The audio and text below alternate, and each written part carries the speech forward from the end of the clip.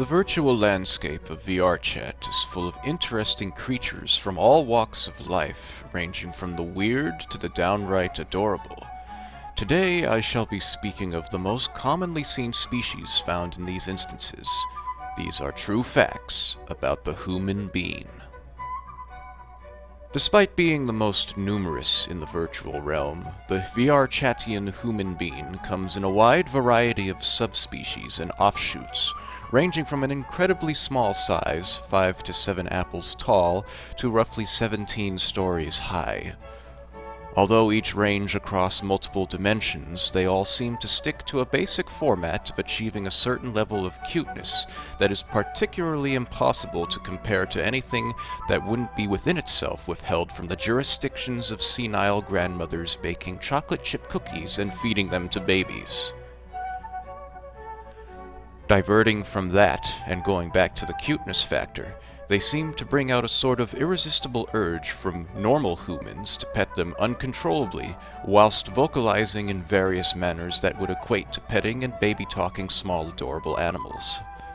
Some researchers speculate that this overabundance of cuteness is a very ingenious adaptation developed over the course of evolution for the Hoomin Bean to extract positive energy particles from the host they encounter.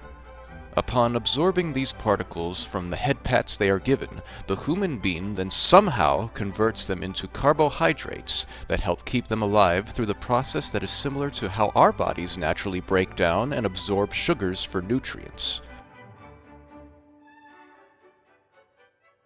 It is believed that because of this reason, they're most often seen around social gatherings. It is speculated that these places to them are an equivalent to that of a buffet, where positive energy particles are plentiful. Now, I'm not trying to suggest that these little beings are related to that of larger, more curvaceous creatures that feed off of other people's energy sources. I'm only just saying that there is a slight possibility that it could be relatively similar to that.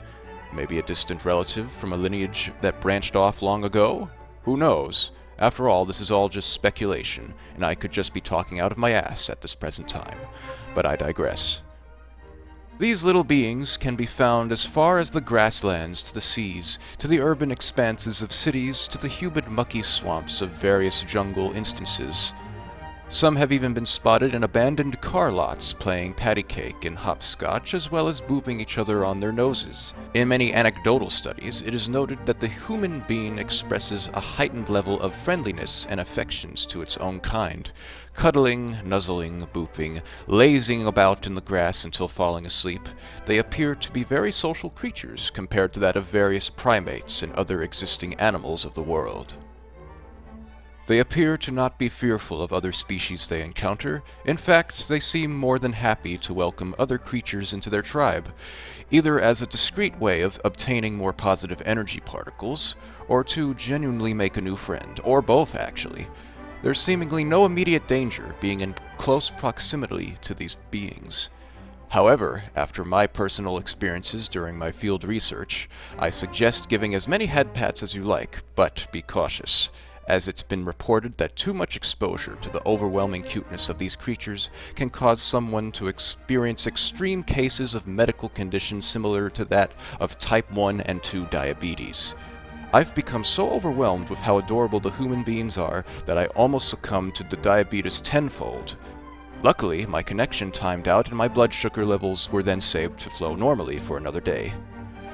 Other than that, the Hoomin Beans are quite lovable creatures that genuinely mean no harm to anyone. It is just a byproduct of their adorable nature that causes some to go into diabetic shock. I mean, after all, each one of these creatures take on the appearance of adorable anime characters with humongous eyes, tiny hands, various animal parts like ears and tails, for example, and a wide variety of expressions to even get the coldest of hearts feeling light and frothy. Indeed, the effects of the Hoomin Beans are universal, like the facepalm, the yawn, or the rickroll. Seemingly anyone can feel better around these beans. Remember, there are many things out there in the virtual realm. One of them is the adorable Hoomin Bean. If you happen to encounter one of these, then good for you! You've just encountered what is considered a staple of the VRChat experience. Besides staring at a mirror, of course. Actually, if you've only been staring at yourself in the mirror, then that means that you're a Hoomin Bean yourself, not because you are narcissistic. Rather, your appearance in the mirror is so cute you simply cannot stop staring at it. Yep, you are indeed a VRChatian Hoomin Bean, and I've just explained true facts about yourself. How's that for an Uno reverse card? Just be careful now. You might give yourself diabetes when you least expect it. And also...